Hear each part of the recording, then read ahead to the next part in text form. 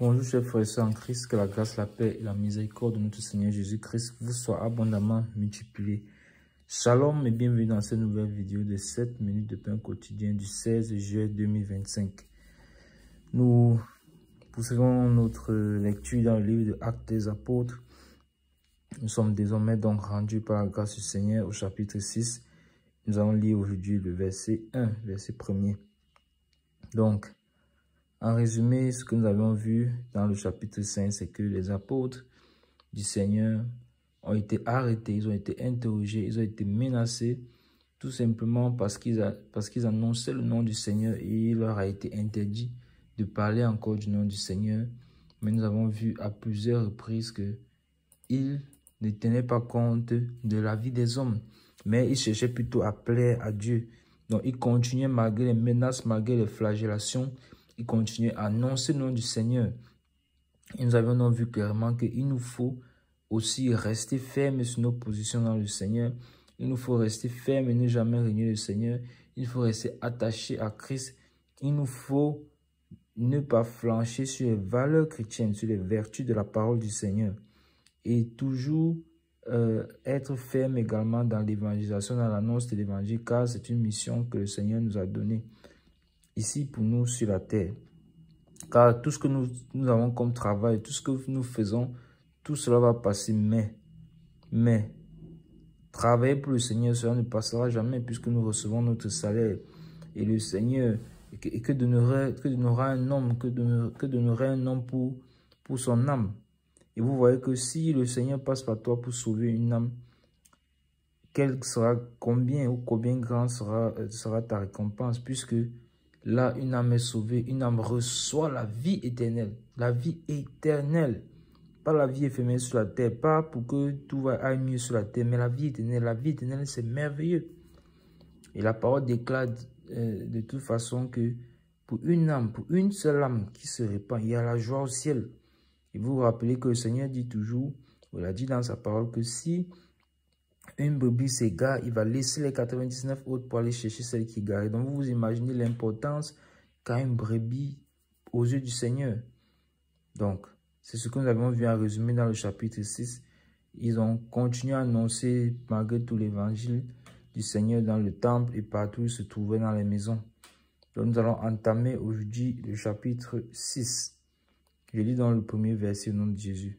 En ce temps-là, le nombre des disciples augmentant, les hellénistes murmuraient contre les Hébreux parce que leurs veuves étaient négligées dans la distribution qui se faisait chaque jour. Amen. Amen, mes bien-aimés. Donc, voici donc, nous sommes rendus au chapitre 6. Et ce que nous constatons directement, c'est que le chapitre 6 commence maintenant à nous parler de la vie de l'Église. La vie pratique de l'Église. C'est-à-dire que jusqu'ici, on avait vu déjà une première partie dans le chapitre 3 et 4, comment est-ce que les apôtres avaient tout en commun. Ils nous disaient que ces biens lui appartenaient, mais ils se partageaient tout pour qu'il n'y ait pas d'indigents au milieu d'eux.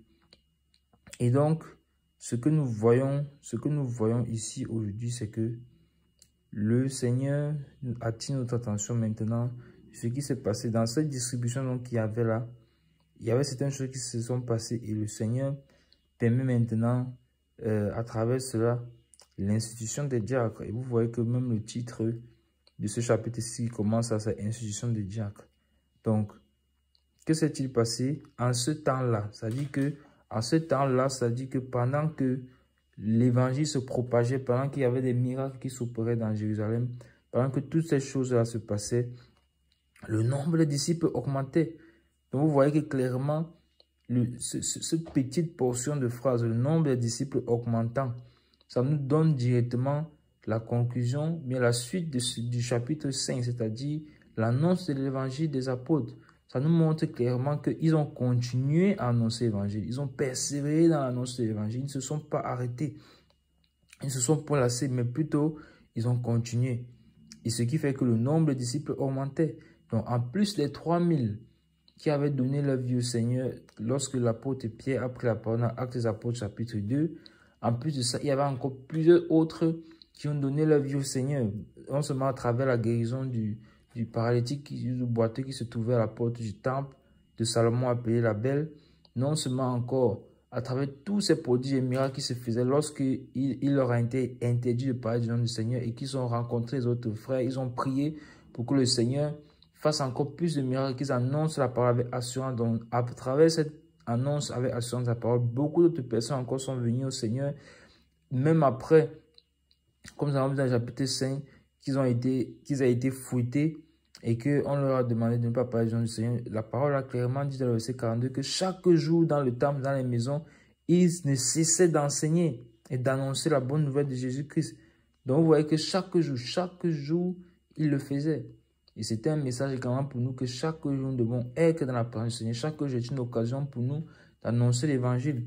Et donc, comme il le faisait chaque jour, le nombre de disciples augmentait donc. Et donc, les hellénistes murmuraient contre les Hébreux. Qui sont les hellénistes, mes bien-aimés? Les hellénistes, ce sont des Juifs, en fait, qui ont vécu hors de la Palestine. Et on peut dire qu'en fait, ils maîtrisaient le grec. C'est pour ça qu'on l'appelait helléniste. C'est-à-dire que de la haute classe, si vous voulez. Donc, ça dit que, et pourquoi haute classe? Parce qu'ils maîtrisaient d'autres langues, en l'occurrence, ici, le grec. Donc, vous voyez que l'évangile a atteint même aux extrémités, c'est-à-dire que ceux qui venaient d'ailleurs, ou bien ceux qui étaient dans la ville mais qui maîtrisaient le grec. Souvenons-nous que à cette époque-là, ils sont sous sur un régime, sur le régime romain. Et on avait clairement vu d'ailleurs, lorsque Gamaliel avait pris la parole, poussé par le Saint-Esprit pour que les disciples soient relâchés, il a parlé de Theudas et de Judas le Galiléen qui avaient élevé des rébellions. Des rébellions, nous avons vu que ces rébellions-là étaient dressées contre le pouvoir romain en place. Et le pouvoir romain, entre autres, parlait le grec. Donc, voici donc ces hellénistes-là qui se mettent à murmurer. Donc, d'abord, le premier message, c'est que l'évangile a vraiment atteint même la haute sphère.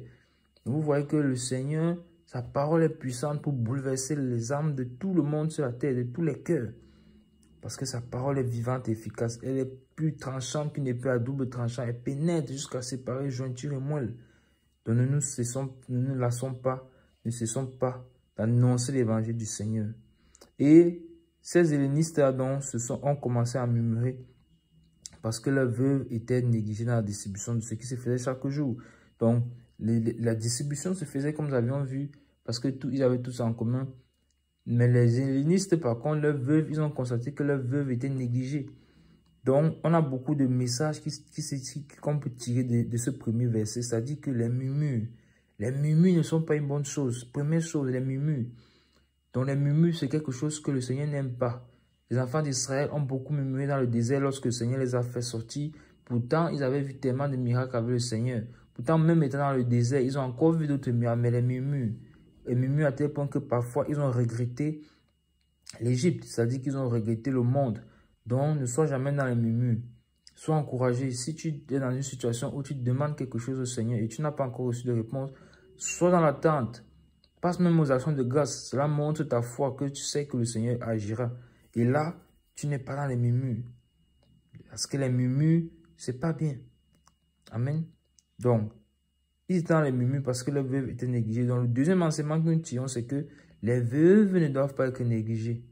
D'ailleurs, la parole de Dieu déclare dans le livre de Jacques que la vraie religion devant Dieu consiste à aider les veuves et les orphelins. Donc, on voit que dans cette répartition qui avait été faite, les veuves étaient au premier rang. Sauf que ici, ils ont constaté que les veuves parmi les hellénistes étaient négligées. Donc, ce que tu as, ce que tu gagnes, nous avons déjà vu que nous sommes passagers et voyageurs sur la terre. Même le travail que nous avons, c'est tout pour la grâce de Dieu. Donc, de temps en temps, pensons aux veuves, pensons aux orphelins. Cela est un grand prix devant le Seigneur. Donc, ce que nous gagnons là, nous devons également penser à ceux qui n'ont pas. En l'occurrence, les veuves et les orphelins. Parce que même sous la Torah, dans l'Ancienne Alliance, il y avait toujours une part qui était réservée pour l'étranger. Pourquoi? Parce que Dieu voulait par là que l'homme comprenne que tout appartient à Dieu et qu'il ne doit pas seulement être égoïste et penser à lui-même. Imaginez que Dieu pensait à lui seul. Où serions-nous? Nous serons perdus éternellement. S'il n'avait pas donné son Fils pour que nous ayons la vie éternelle. Donc, et c'est ce que nous pouvons en tirer. Donc, pensons à ceux qui sont dans le besoin. Et la parole de Dieu déclare qu'il faisait cela chaque jour. Donc la distribution se faisait chaque jour. La distribution se faisait chaque jour. Donc ici, ce n'est pas pour te dire que tu dois le faire chaque jour, mais c'est que chaque jour, ton cœur doit être disposé. Et Seigneur, c'est par où? Parce que tu ne sais pas quand est-ce que le Seigneur va te mettre à cœur de faire telle ou telle chose, mais ton cœur doit être toujours dans la disposition. Nos cœurs doivent être toujours dans la disposition pour agir et faire le bien envers ceux qui nous entourent, notre prochain, et particulièrement les veuves et les orphelins. Amen. Nous nous arrêtons là pour aujourd'hui. C'était tout pour les 7 minutes de pain continu de ce jour. Que la grâce, la paix et la miséricorde de notre Seigneur Jésus-Christ vous soient abondamment multipliées. Shalom.